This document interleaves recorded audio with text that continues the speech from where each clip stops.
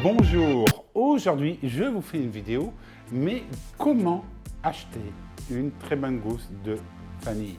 Vous allez avoir 8 tutoriels, un chaque semaine sur le monde de la vanille et comment acheter de la vanille quand vous êtes en vacances, voire quand vous souhaitez acheter, si on peut dire, sur un marché. Alors je vous dis, abonnez-vous au comptoir de Thomas Massina. Chaque jour des nouvelles vidéos sur le monde des épices, sur le monde de la vanille et des expéditions Ranger à travers le Brésil. Mais ça sera après le Covid.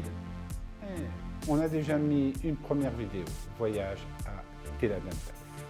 Alors, tout d'abord, comment savoir si une gousse de vanille est de bonne qualité? C'est très simple. Vous la prenez et vous l'enroulez autour de votre doigt, comme ceci. Vous la déroulez et celle-ci doit revenir intacte. Vous avez aussi le système de faire un nœud avec serré.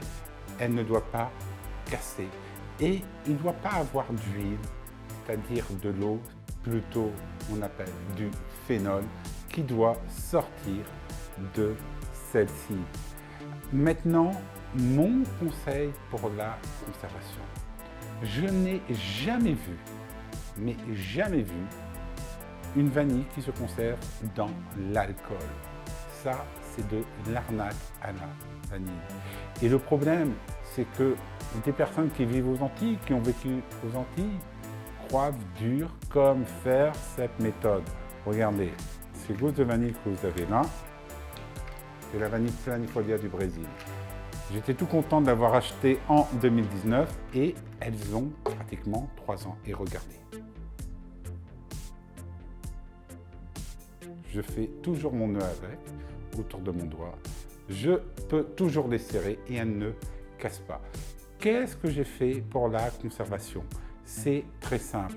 Je les ai mises tout simplement dans un tube. Ici, c'est nos tubes en PET qui sont disponibles à la vente sur notre site et aussi quand vous achetez en flacon de 5 gousses.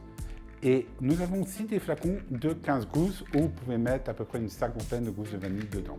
Donc vous la rangez dans ce flacon, dans votre placard, à l'abri de la lumière et de tout choc de température, surtout. Et elle ne bougera pas. Voilà, je vous ai donné la première méthode, comment acheter une gousse de vanille, un petit tuto sur la conservation.